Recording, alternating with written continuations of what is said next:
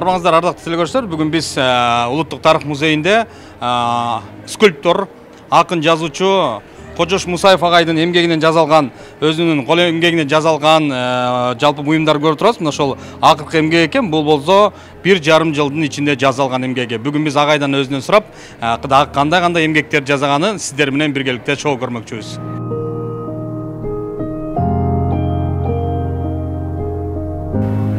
Манас эл сүрөт дүйнөсүндө деген чыгарма бул. Ал кезде 1995-жылы алгач башталбадыбы? Манас эпосуна 1000 жыл деп. Вот ошондо ушул көргөзмөлөрдүн кайсыбири коюлган болчу да. Андан кийин ошол эмгектердин Горолев деп коет, Барелев деп коет. Анан ошол эмгектердин бир 30га жакыны ушул тарых музейине берилген. Мен тарабынан. Анан анда-санда баягы ушундай мероприятие болгондо алар дагы ошо өзүнө берилген ошол чыгармаларды Манас сүрөт дүйнөсүнө деп алып чыгып коюшат. Анан бүгүн ушундай тушташ болуп калды. Ага кошумча мен кийинки 20 жылдын ичиндеги жасаган скульптуралар ошо Манаска байланыштуу, Манас элине байланыштуу.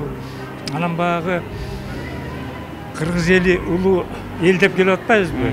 Ошол улуу эл, улуу империяны кургандыгы тууралуу, анан ошол империядан кийин улуу каганатты, кыргыз каганатын курду деп айтып атабыз. Ошо каганаттан кийин кыргыз эли кыйрады, улуу кыйроо болду. Андан кийин акыркы кыйроо болду. Анан ошол кыйроолорду биздин тарыхчылар кагаз жүзүндө айтып келсе, мен ошону китепке да жаздым. Те жерде турат китеп. Улуу Кыргыз империясы деген китеп. Анан аны жыгаш бетине түшүрдүм. Ушу кийинки муундарга эстелик катары. Мына мисалы үчүн бул Шеметей менен Айчүрөк деп аталып атпайбы? Бул жерде мына Айчүрөктүн образы, бул жерде мына Каблан деп коебуз. Илбиш дейли же. Бул жерде ошо Баатыр, бул жерде Аккуу турат мында, тиги жерде Бүркүт. Бул жерде Кумайык дегенде ит тайганды элестетип бардыгы бир окуяны чагылдырып атат да. Ошол сыяктуу эле кайбир сүрөттөр өзүнчө ар бири. Мисалы үчүн чоң казат, кичи казат дегендей ошол казаттарды кайсы убакта чоң казат болгон, кайсы убакта кичи казат болгон, ошону колдун алдын келишинче колдун күчү менен анан ушунун баарын жарата алдык. Бул чыгармалар учурунда ошо Германияга да коюлган, Турцияга да коюлган, көп шаарларында коюлду, Анкара, Стамбул дегенде, Кытайда коюлган дедик, Пекинде, жана башка жерлерде, Япониядагы аякка да алынып кеткен, Москва, тиги араб өлкөлөрүнө да барды. Анан биздин улуулугубуз кийинки мыңга жалаң эле ошол кагаз бетинде түшпөй, жыгашта эстелик болуп тарых музейине калсын деген ниет менен ошол жака калтырганбыз. Азыр бизде бүгүнкү күндө ушул менин чыгармамдын 30га жакыны ушул тарых музейде сакталып турат. Мунун арасында турат. Кээ бирлери те жерде тургандардын баары ошол тарых музейинде турат. Ал эми калгандар бул кийинки бул былтыркы жазалган чыгарма. 1,5 жылдан момуну жазагам.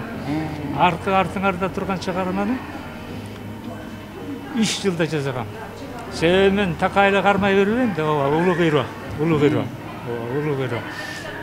Ал багы кыйроодо адамдар таштын арасында ошо кандай кыйроо болгондугун элестетип, ошону чагылдырып, анан ошоюнча катып калган сыяктуу ушундай эме мүнөздөмө бердим да аларга. Ошондой мүнөздө ошол доорду көргөзүп турат.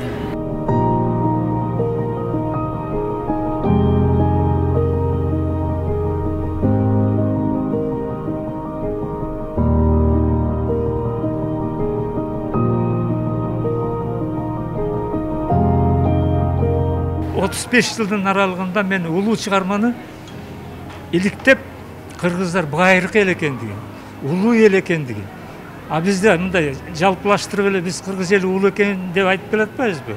А чындыгында биз ошого далил керек да. Анан ошону далилдеш үчүн кичине тез жерде карта турат. Мен азыр көргөзөйүн силерге. Ошол картада кыргыздар кандай эл болгон, канчалык территорияны ээлеген, андан кийин кыргыздар кандай кыйроого учурады, кандай себептер менен учурады, анан кайсы жерде, эмне үчүн биз тиги Тарбагатайды, Алтайды, Кангайды, ички Монголия деп айтабыз, тиги Кыргыз көлү, тиги Тува, Төбө деп коет, Коңгурай, ар жагы Таалай төрү дейт, биягы Тобол эли дейт, Тоболск деп коебуз. Ошондон берки аймак кыргыздын жери эмес беле? Манаста да айтылат эмеспи? Мисалы үчүн бул жерде айтабыз да биз. Эмне үчүн тиги Калифорнияда Манастын ташы деген бар. Кайдан Манастын ташы болуп калды? Балтимордо эмне үчүн музей турат? Кыргызга арналган музей, кыргыздын тарыхына арналган. Эмне үчүн биздин тарыхчылар аны бүгүнкү чейин иликтей албайт?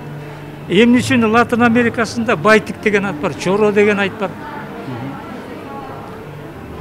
Бул Апачи тоолорунда кыргыздын аттары турат. Бостон деп турат.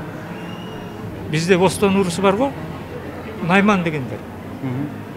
Бул эмне деген? Бул эмне үчүн биз ушунча жердин баарын кыдырып келип, анан биз картада көргөзүлүп атат.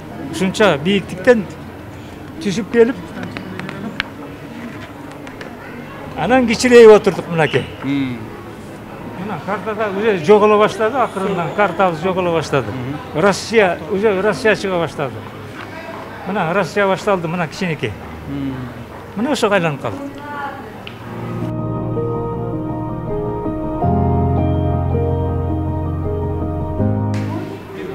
Дүйнөдө санжырасын бүгүнкү күнгө чейин сактап келген, ушундай деңгээлде сактап келген кыргыздар гана. Азыр шейхтер деп айтып атабыз да, арабтарда бар, анан монархия дегендерди Испанияда, же болбосо Англияда жанагы королевство деп коебуз. А жерде дагы кандайдыр деңгээлде сакталган. Бирок ошол адам атадан бери карай. Мынакей. Адам атадан башталды. Ага чейин 12.337 жыл Төбөй домбул дейт. Ушундан 73 ата өткөндөн кийин анан бул жерде адам атага келип атабыз.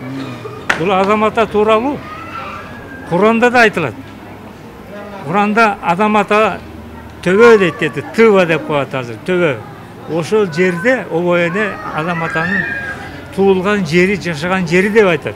Мына ошондон тартып анан биз агуул, куул деп анан мындай карай салалап кетебиз. Бул кыргыз элинин санжырасы.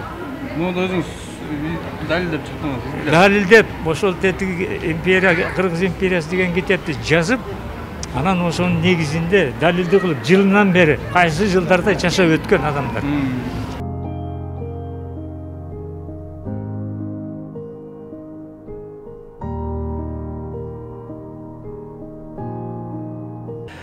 Урматтуу телекөрүүчүлөр, биз Кожош Мусаев агайыбыздын 35 жыл ичиндеги жазаган эмгектери, анын китептери жана ошондой эле санжыра боюнча жазган китептери боюнча тааныша алдыңыздар. Чындыгында мына ушундай эмгектерди жазаш бул өзү кыйын нерсе. Бул агайдын ар бир жазаган эмгеги биздин Бишкек шаарындагы тарых музейинде түбөлүк сакталып ушул жерде турат. Ал эми мындай эмгектерди жалпы биздин элибиз жана ошондой эле музейге келген ар бир коноктор келип өз бааларын беришет. Ал эми сиздер менен коштошобуз. Аман болуңуздар.